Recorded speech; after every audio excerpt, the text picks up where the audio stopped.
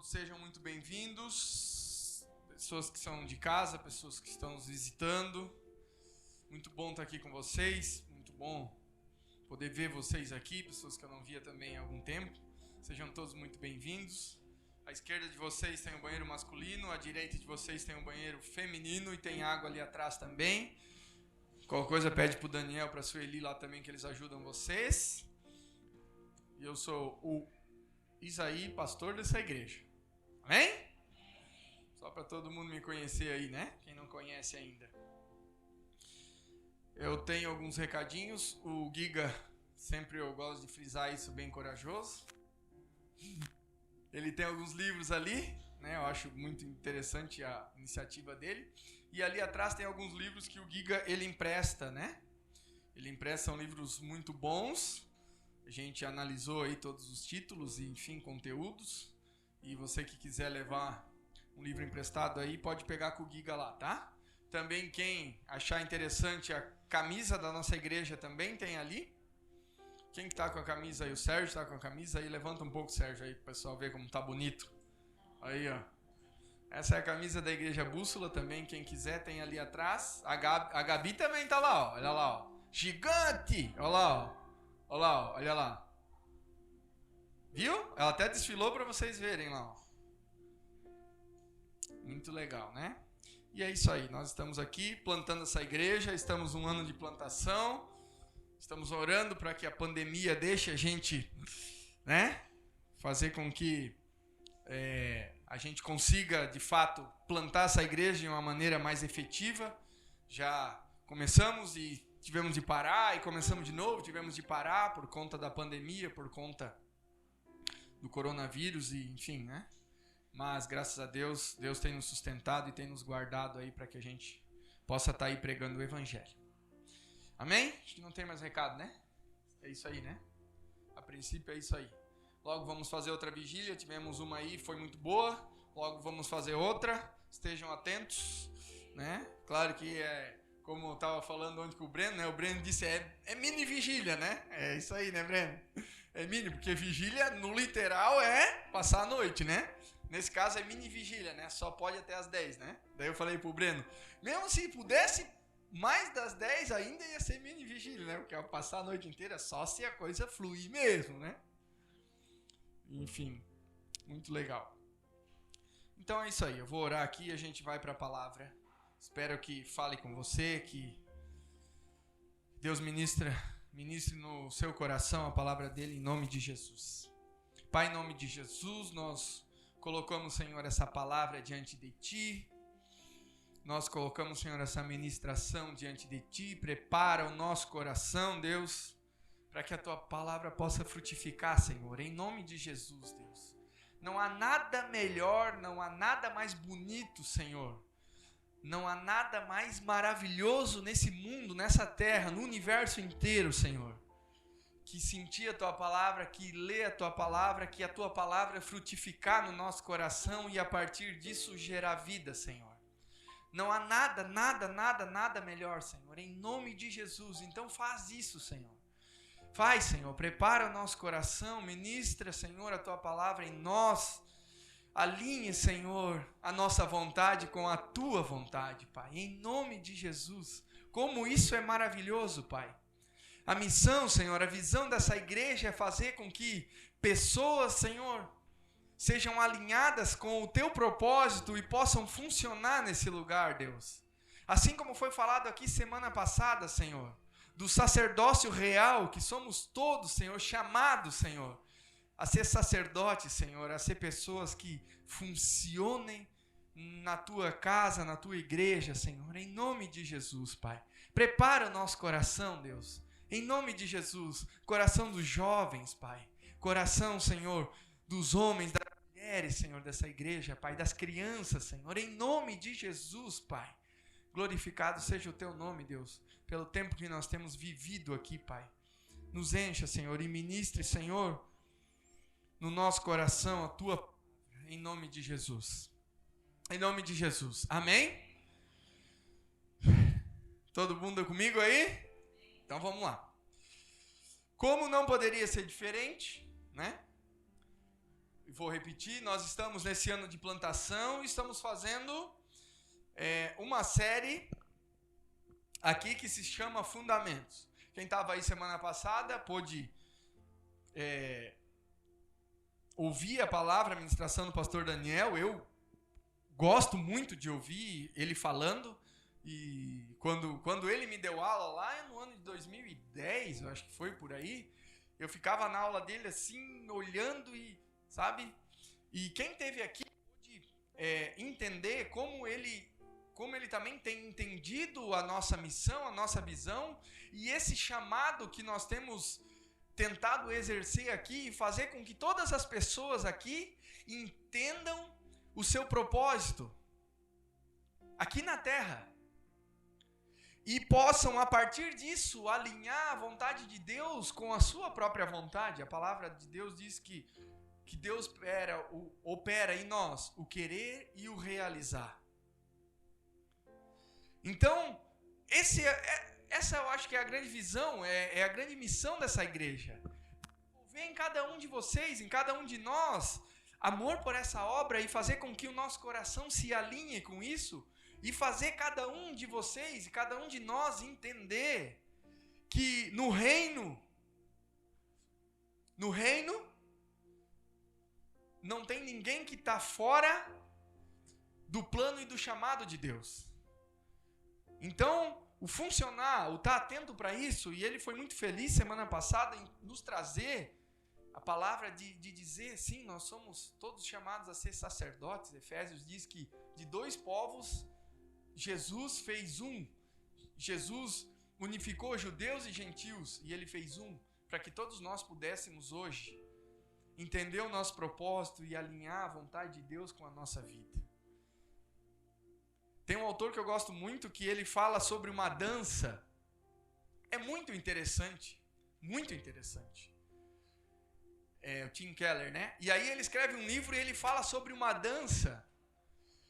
Sobre uma dança que é o evangelho nas nossas vidas. Que quando Jesus nos chama, é como se fosse uma dança e que a gente começa a participar da dança e aquilo começa a envolver a nossa vida e nós começamos a nos envolver com a vida de Deus, com a vida de Jesus, com o que Ele fez, e nós vamos nos misturando e como se fosse uma grande dança. Eu não sei, eu quando eu era jovem, já faz um pouquinho de tempo, né? Então, uma vez eu fui fazer aula de dança gaúcha, né? Eu tinha uns 15 anos, eu acho. E daí eu fui uma aula só e não fui mais, porque o professor perguntou se eu tinha algum problema no joelho, que eu não conseguia dançar, né? Daí eu falei para ele, não, eu não tenho problema no joelho, mas é que dá mesmo, né? E aí, como eu não conseguia dançar, aquilo não era, o meu negócio não era aquele, né? E aí o que acontece? Quando eu era jovem, eu ia com os meus amigos nos bailes, né? E aí eles dançavam muito bem, né? As mulheres todas com aquela roupa de prenda, né? Muito bonito, baile gaúcho, assim, né? Os homens todos, né? Com aquela bombacha, e eu acho muito bonito, assim, né? E aí os meus amigos que dançavam muito bem, eu era obrigado a ficar assistindo eles, né? Porque eu não conseguia fazer aquilo, né? Pra mim era, não sei o que tinha, né? E aí eles ensaiavam, e eles dançavam, e eles começavam a rodar naquele salão, assim, né? E aquilo era tudo muito ensaiado, e todas aquelas mulheres todas com aquela roupa muito bonita, aquele vestido. Aquilo era sensacional, era lindo, era maravilhoso. E aí quando eu estava lendo esse livro, eu comecei a pensar assim, né? No Evangelho, começando a fazer parte da nossa vida. E quando a gente olhava para o rosto daquelas pessoas, assim, elas estavam alegres. E aquilo era muito bonito. E aí eu comecei a pensar assim, que uma vida com Deus e o Evangelho funcionando nas nossas vidas é muito lindo que aquilo fosse muito bonito. Porque quando essa palavra, quando o Evangelho ele cai no nosso coração, e a gente diz, e a gente pensa, agora eu encaixei, agora isso faz sentido para mim. Embora aqui ainda não seja a nossa casa efetiva, não seja a nossa casa eterna, ainda assim nós conseguimos viver de uma maneira alegre, e isso começa a inundar o nosso coração. E a gente começa a se envolver assim, como se fosse um grande salão, e o Evangelho vai movendo as nossas vidas, sabe? E é isso que eu sonho, e eu penso para essa igreja assim.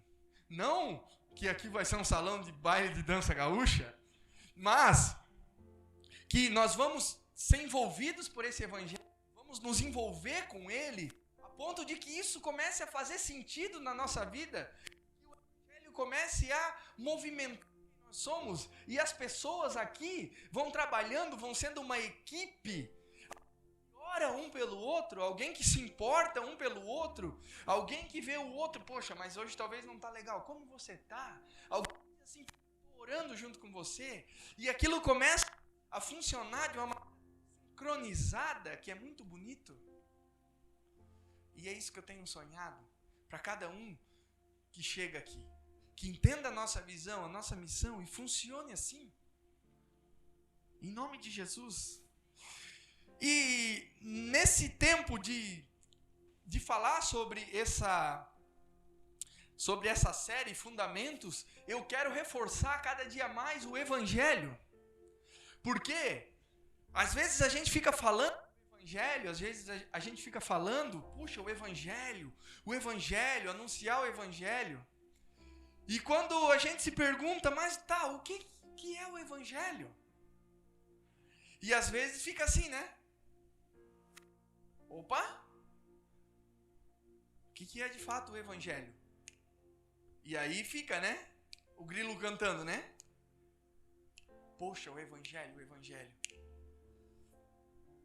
E eu preciso, e eu quero falar, reforçar nessa série Fundamentos sobre o Evangelho com vocês. Eu gostaria que vocês abrissem em Marcos no capítulo 1, e eu quero ler um texto aqui, um pequeno texto, e a partir disso eu quero falar um pouquinho do Evangelho, e também eu quero fazer uma pergunta, não vou dizer que é um desafio, mas é uma pergunta que talvez vai nos intrigar um pouquinho. Em Marcos, Evangelho de Jesus segundo Marcos,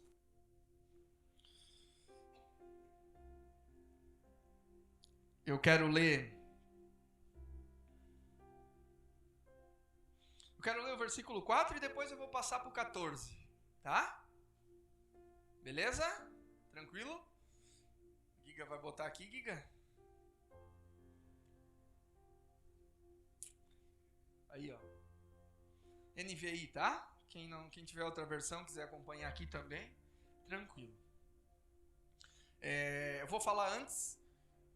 Marcos escreve esse evangelho aqui de Jesus, apresentando Jesus como rei. Eu quero falar isso para ficar aí de fundamento para aquilo que a gente vai ler. Então Marcos, ele vai escrever apresentando Jesus como um rei, aquele rei que havia de vir, tá? Então ele escreve, capítulo 1 e versículo 4, fala: Assim surgiu João, batizando no deserto e pregando um batismo de arrependimento para o perdão de pecados. 14. Depois que João foi preso, Jesus foi para a Galileia, proclamando as boas novas de Deus. 15. O tempo é chegado, dizia ele. O reino de Deus está próximo. Arrependam-se e creiam nas boas novas. 16. Andando à beira do mar da Galileia, Jesus viu Simão e seu irmão André lançando redes ao mar, pois eram pescadores.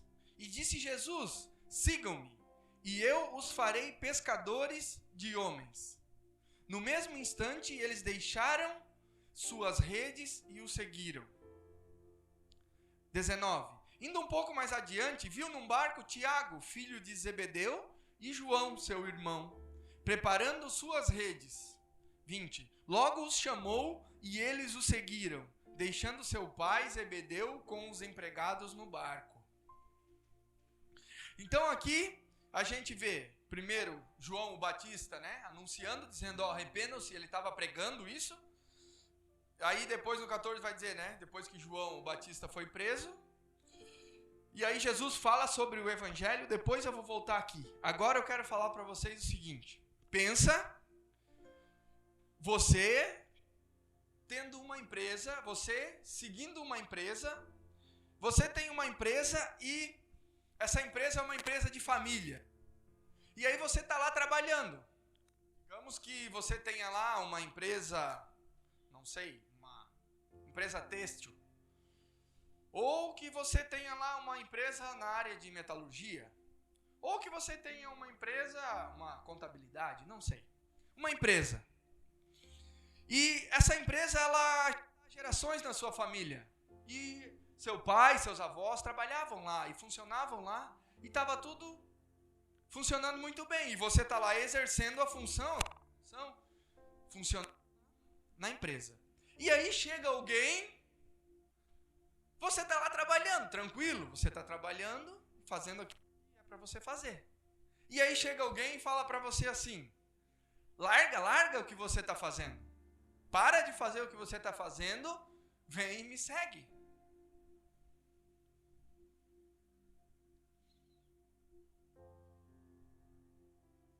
Tá lá o Lucas no projeto dele, SolidWorks bombando, altas montagens, coisa top, e vem alguém lá e diz, ei, desliga o computador aí, vem e me segue.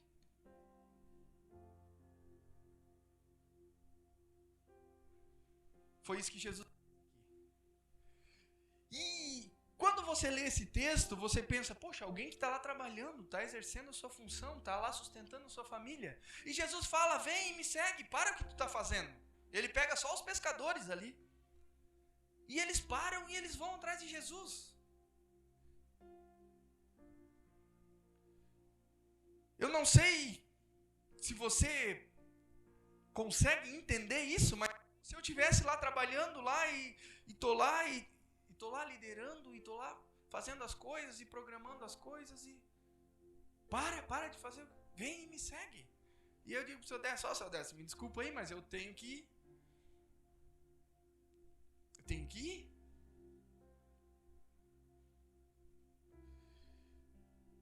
Quando eu olho esse texto, eu fico assim, isso aqui era algo muito sensacional. Pensa Jesus vendo aquelas pessoas chamando e ele seguindo. Isso aqui é o início do ministério de Jesus. Isso aqui eles não conheciam que Jesus ainda já tinha feito todas as coisas. Se fosse no final é uma coisa, mas é o início. Então eu penso que tinha um mover de Deus ali de uma maneira sobrenatural muito grande. E que aquelas pessoas estavam lá com suas redes pescando, funcionando, e eles falam assim, fica aqui, pai. Eu vou seguir com ele, eu vou embora. Eu vou seguir para onde? Eu não sei, eu vou atrás dele. Pensa você no trabalho, largando. O Emerson está lá, dando karatê lá e voando baixo. Parece o Liu Kang do Mortal. E alguém chega lá e diz, para de dar esses mortal aí, homem, vem atrás de mim. Para de dar esses katagatame no karatê aí, que nem é katagatame, né? É um negócio sensacional, é algo que só Deus pode produzir, e aquelas pessoas, elas vão atrás de Jesus, e isso é sensacional. E eu falei isso, e eu quero dizer algo para você, que, vou repetir, talvez não seja um desafio, mas o que eu quero dizer para você é, hoje, presta bem atenção nessa pergunta que eu vou fazer para você, presta bem atenção. Hoje, eu não vou dizer para ninguém aqui largar o seu trabalho. Mas hoje, o que você está disposto a abrir mão pelo Evangelho e por esse Jesus aqui?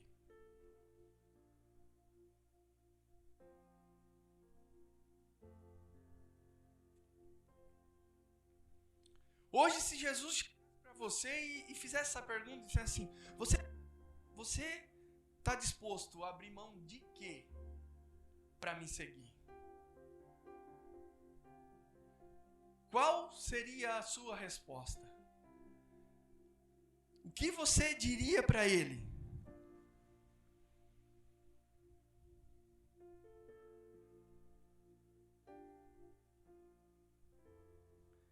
Porque o que Jesus deixa bem claro na palavra é, quem quer me buscar? Ele fala bem assim, tome a sua cruz e siga-me. O apóstolo Paulo vai dizer que nós vamos deixar de ser escravos do mundo para sermos escravos de Deus. A palavra doulos no grego, ou dolos, que as traduções trazem como servo, na verdade é escravo.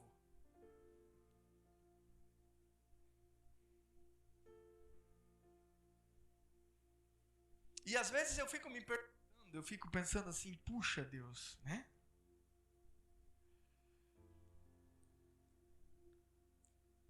Como é maravilhoso poder entender que muitas coisas são propósito teu e se eu abrir mão disso, Senhor, vai ser muito melhor o próximo passo que eu vou dar. Porque vai ser mais um passo em direção à tua presença. Vai ser mais um passo em direção a quem o Senhor é. Vai ser mais um passo em direção à vida eterna. Vai ser mais um passo em direção ao teu propósito. Vai ser mais um passo em direção à tua essência. Vai ser mais um passo em direção a um relacionamento contigo. Vai ser mais um passo à santificação. Vai ser mais um passo a uma vida inteira contigo. Eu estava vendo hoje uma palavra do N.T. Wright. Ele é um americano, ele morreu em 2017. E ele estava pregando, ele estava ministrando aquela palavra cheio de... Tinha uns caninhos aqui, tipo... respirador, assim, né? Tipo, para colocar oxigênio, assim. Daí tinha uns caninhos aqui. E um senhorzinho bem velhinho, cheio daqueles canos ali. Ele estava sentado no púlpito, assim. A igreja cheia, uma igreja muito grande lá nos Estados Unidos. E ele pregando. E ele anunciando o evangelho. E eu vendo aquele homem falando do evangelho com uma naturalidade, com uma riqueza, com uma profundidade. Eu disse, Senhor, não que eu queira estar com os caninhos, mas que eu quero estar bem velhinho lá.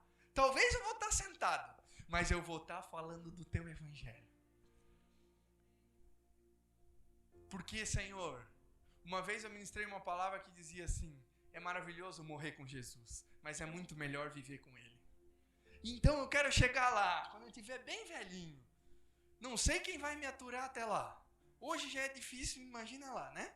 E eu vou estar ali. E eu vou estar falando do evangelho. Porque eu não tenho coisa melhor, não tem algo melhor do que falar do evangelho. Não tem. E cada vez que eu falo do evangelho, não tem fim, sabe? É algo que não sacia ouvir falar e anunciar o evangelho. Em toda a sua santidade, em toda a sua eternidade, porque a palavra fala em João capítulo 1 que ele era antes da fundação do mundo. E Deus está lá e Jesus também e diz, eu vou me fazer carne e vou pagar o preço por eles. Vou lá viver e morrer por eles. Isso é maravilhoso. No 14 fala assim, depois que João foi preso, Jesus foi para a Galileia proclamando as boas novas de Deus. O tempo é chegado, dizia ele, o reino de Deus está próximo. Arrependam-se e creiam nas boas novas. Outra coisa vai dizer, creiam no evangelho. Evangelion é a palavra no original, e que significa uma boa notícia, uma boa nova. Só que eu quero clarear aqui uma questão sobre essa palavra. Essa palavra aqui, ela era usada sobre uma notícia, mas não sobre uma notícia comum. Não sobre uma notícia que a gente chega para almoçar. O Daniel, quando chega para almoçar, ele é assim, ó. Se tem feijão, é uma notícia boa. Se não tem, não é. Né, Daniel? É por aí, né? E a sobremesa do pudim não falta, né? Se faltar, o homem fica bravo. Ou um pote de açaí também pode ser. Então não é uma notícia de um almoço que a gente gosta. Quando eu chego para almoçar e a dona Lourdes fez polenta, não é uma boa notícia assim para mim. Para o seu desce é mais. Né? O seu desce é mais. Então não é uma notícia assim, não é uma notícia de que o Corinthians ganhou. É difícil o Corinthians ganhar, tá difícil de ouvir essa boa notícia. Não é uma notícia do meu time ganhar. Não é uma notícia que a gente vai receber uma visita que a gente gosta. Não é uma notícia de que eu ganhei um presente. Esse termo, evangelho, ele era usado para uma notícia que ia mudar o rumo daquele povo. Por exemplo, tem quando a Grécia ela foi invadida pela Pérsia no ano de 490 a.C., eles enviaram arautos evangelistas para anunciar e dizer assim para o povo que estava vivendo escravo sob aquele governo que estava oprimindo aquele povo. Eles mandaram evangelistas para proclamar as boas notícias. E aí era usada essa palavra, uma boa nova, uma notícia que vai mudar o rumo daquele povo. Então aquelas pessoas iam dizendo, naquele tempo não tinha internet, né? Então, se as pessoas iam viajando anunciando, agora a Pérsia, ela foi invadida pela Grécia. Então, vocês eram escravos daquele governo, agora não são mais. As pessoas vinham anunciando e aquilo gerava alegria para todo o povo que ouvia aquilo. Então, essa palavra evangelho aqui, ela é uma palavra que muda o curso de uma história de um povo, que muda o curso da nossa própria vida. Então, quando essa palavra aqui, evangelho, é falado por Jesus, é nesse sentido. É uma boa nova, mas não é uma boa notícia que vai mudar algum detalhezinho, vai nos trazer uma alegria temporária, mas é uma alegria eterna. Mas é uma alegria que muda o rumo da nossa vida. Mas é uma boa notícia que muda a nossa essência. É uma boa notícia que muda a nossa herança. É uma boa notícia que muda quem nós somos e a nossa geração. Então isso aqui, esse evangelho, essa boa nova, é isso que Jesus está falando. Eu venho lhes trazer uma boa notícia, mas uma notícia que vai mudar quem vocês são e a geração. Uma boa notícia que vai mudar a descendência de vocês. Uma boa notícia nesse caso que vai mudar o rumo da humanidade. Uma boa notícia nesse caso que vai mudar, vai dividir a história. Amém? E a boa notícia é que agora não somos mais escravos do pecado. Agora nós somos livres para sermos escravos de Deus. Amém? Olha só que coisa, parece um paradoxo, né? Nós somos livres para sermos escravos de Deus.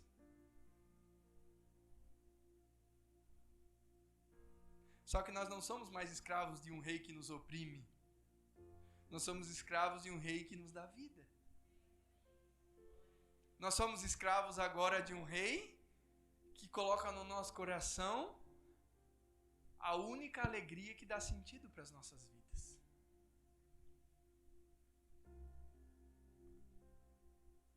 Nós somos escravos de um rei que faz com que a gente se sinta de alguma forma satisfeito no mundo dos insatisfeitos.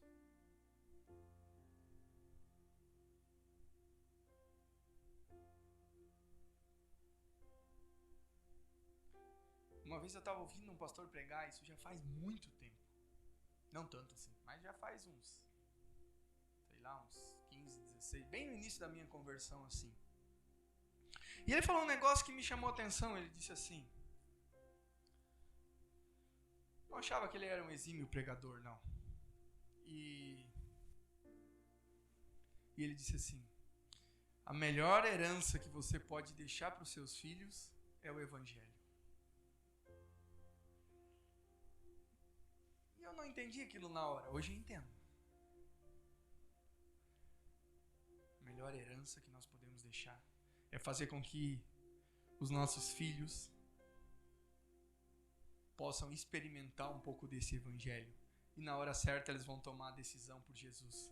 Porque ser escravo de um rei que não nos oprime e sim gera vida é sensacional. É maravilhoso.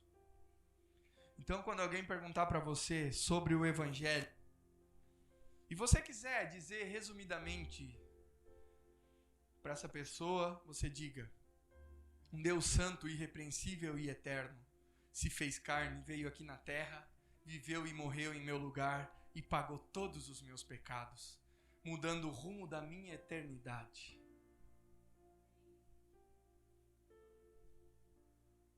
Entendeu o evangelho? Ou eu falei uma frase meio comprida, né?